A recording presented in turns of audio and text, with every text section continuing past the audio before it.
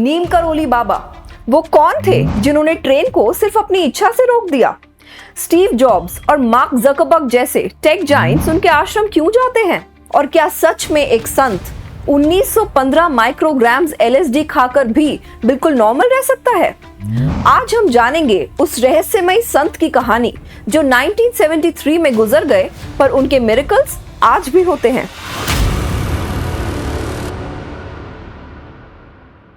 Hello twisted souls, मैं हूं अग्रिमा और ये है ट्विस्टेड स्टोरीज, जहां हम लाते हैं कुछ ऐसी अनसुनी सच्ची कहानियां जिन्हें सुनकर आप सोचने पर मजबूर हो जाएंगे। आज हम बात करेंगे एक ऐसे संत की जो शायद इंडिया के सबसे मिस्टीरियस स्पिरिचुअल फिगर्स में से एक थे।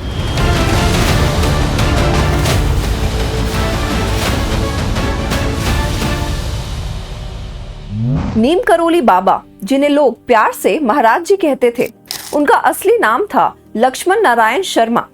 1900 के आसपास अकबरपुर फिरोजाबाद में पैदा हुए, पर उनकी जिंदगी इतनी एक्स्ट्रा ऑर्डिनरी थी कि आज 2025 में भी सिलिकॉन वैली के सबसे बड़े टेक जायंट्स उनके आश्रम जाते हैं। चलिए जानते हैं उनकी असली कहानी। नीम करोली बाबा एक अमीर ब्राह्मण फैमिली से थे। सिर्फ 11 साल की एज में उनकी शादी हो गई थी, पर उन्हें एक स्पिरिचुअल कॉलिंग महसूस हुई। उन्होंने घर छोड़ दिया और साधु बन गए और ध्यान भक्ति में जीने लगे। बाद में उनके पिताजी के कहने पर वो घर वापस आए और कुछ साल तक गृहस्थ जीवन जिया।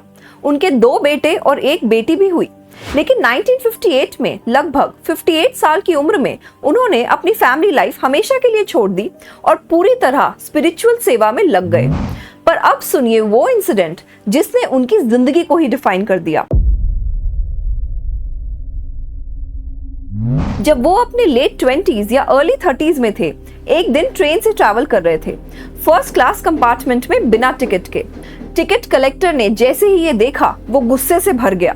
उसने इमरजेंसी ब्रेक्स खींच दिए और बाबा को जबरदस्ती ट्रेन से उतार दिया नीम करोली स्टेशन पर, जो फारुखाबाद डिस्ट्रिक्ट उत्तर प्रदेश में पड़ता है। और अजीब बात ये थी कि ये वही गांव था जहां बाबा का परिवार रहता था। और अब शुरू हुई वो घटना जो समझ से ही बाहर थी। जैसे ही बाबा ट्रेन से उतरे, ट्रेन 1 इंच भी आगे नहीं बढ़ी। ड्राइवर ने कोशिश की, इंजीनियर ने इंजन तक बदलने का ट्राई किया, ट्रैक्स चेक किए, पर कुछ भी काम नहीं आया। ट्रेन बिल्कुल हिल ही नहीं रही थी। रेलवे इंजीनियर्स परेशान हो गए। कुछ घंटों बाद एक लोकल अधिकारी ने कहा कि शायद बाबा को वापस ट्रेन में बुलाने से ये प्रॉब्लम ठीक हो जाए। ऑफिशियल्स मजबूरी में बाबा के पास गए, उनसे माफी मांगी और रिक्वेस्ट की कि वो ट्रेन में वापस आ जाएं। बाबा मान गए, पर उन्होंने 2 शर्तें रखी। पहली, नीम करोली गांव में लोकल लोगों के लिए एक रेलवे स्टेशन बनवाना होगा, और दूसरी, रेलवे स्टाफ साधु और संतों के साथ इज्जत से पेश आएगा, उन्हें नीचा दिखाना बंद करेगा। और जैसे ही बाबा ट्रेन में चढ़े, उसी पल ट्रेन आसानी से चलने लगी, जैसे वो बाबा के आशीर्वाद का ही इंतजार कर रही थी।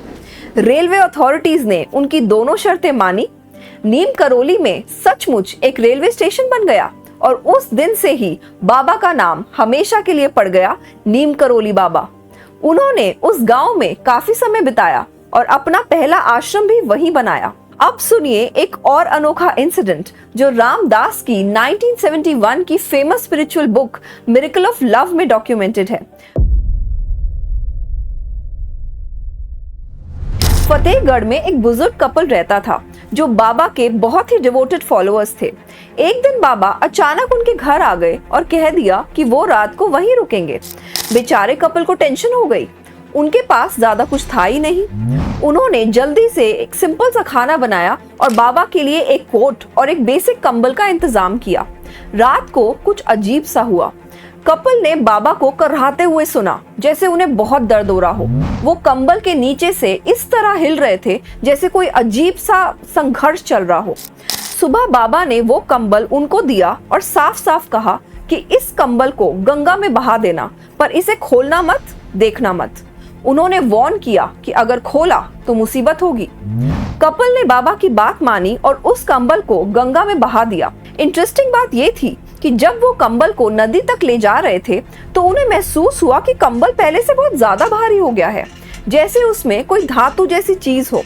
लगभग 1 महीने के बाद उनका बेटा, जो वर्ल्ड वॉर 2 के दौरान ब्रिटिश आर्मी में सर्व कर रहा था और बर्मा, जो अब म्यांमार है, वहां पोस्टेड था, अचानक घर वापस आया। उसने एक शॉकिंग कहानी सुनाई।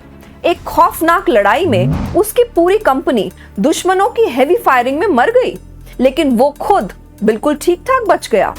उसको एक खरोंच तक नहीं आई, छोटी सी चोट तक नहीं। उसने बताया कि उसे पूरी रात ऐसा लग रहा था जैसे कोई इनविजिबल शील्ड उसे प्रोटेक्ट कर रही हो, और वो रात बिल्कुल वही थी जब बाबा उनके घर रुके थे और उस कंबल के नीचे दर्द में थे। फैमिली को तब समझ आया कि बाबा ने उनके बेटे की तरफ आने वाली गोलियां उस कंबल के जरिए अपने ऊपर ले ली थी।